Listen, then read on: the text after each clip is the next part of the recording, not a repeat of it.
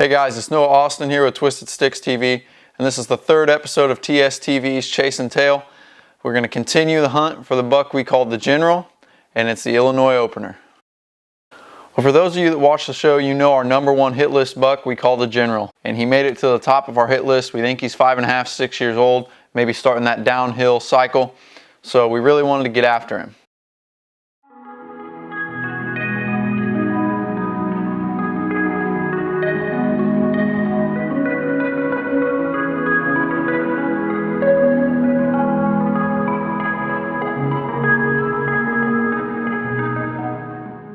According to our trail cameras, all of our mature bucks were nocturnal, including the General. So we kind of stuck with our same mindset. We're gonna go shoot a couple more does, hopefully. I was able to go out and sit in the stand with Devin's brother when the unexpected happened. Out of nowhere, playing on my phone, I look up, and of course, who do I see standing in the middle of the bean field? It's the General.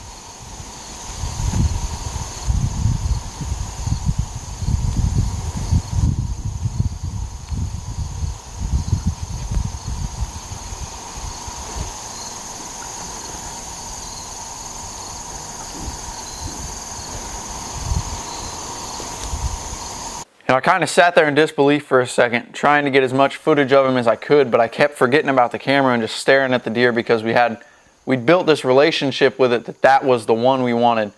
And I just had this gut feeling that it wasn't going to happen then.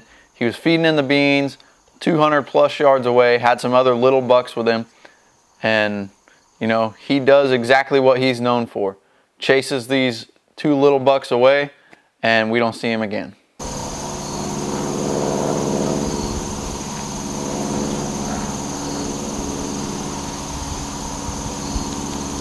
So about the time we're sitting in the stand sulking over losing this deer, Gage and Michael are preparing for their morning hunt in Illinois.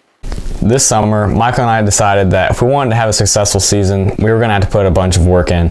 So over the summer, we put in different types of Tecumseh food plots, we monitored our trail cameras, and all we could do was truly hope for a good season.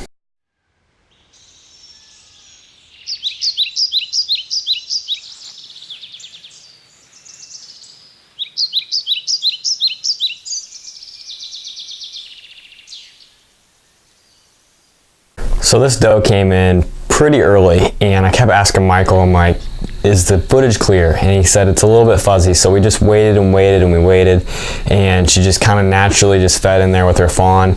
And as soon as they were about to leave, Michael gave me the green light.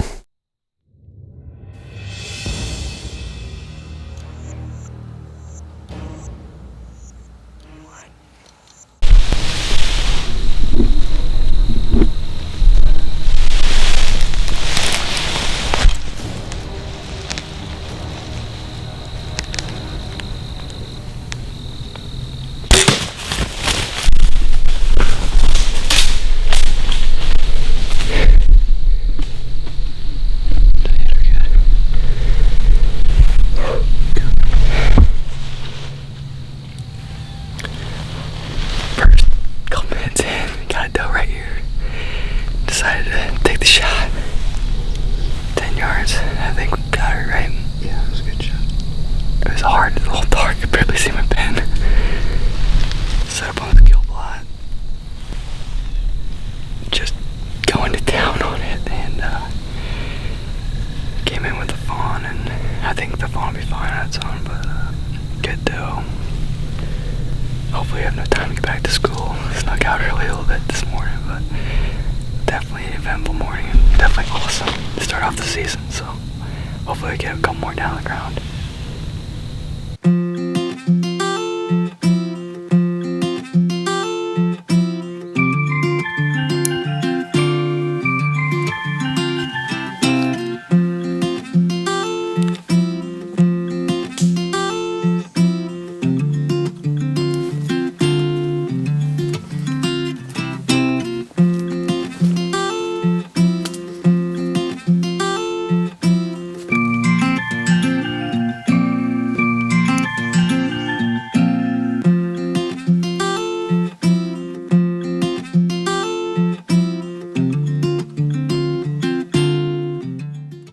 kind of freaky about how well this worked out. and just so thankful that this happened like this.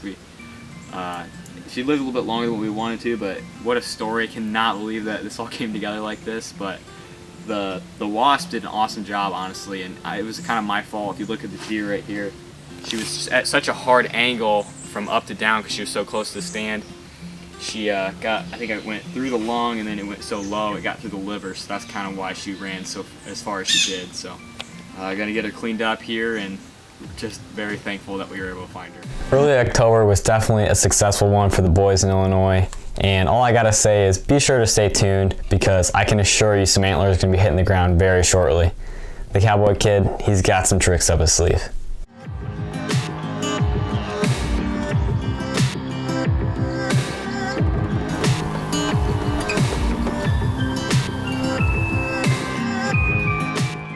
But I don't know if you've heard, but Noah's actually in a hospital, and it doesn't sound good.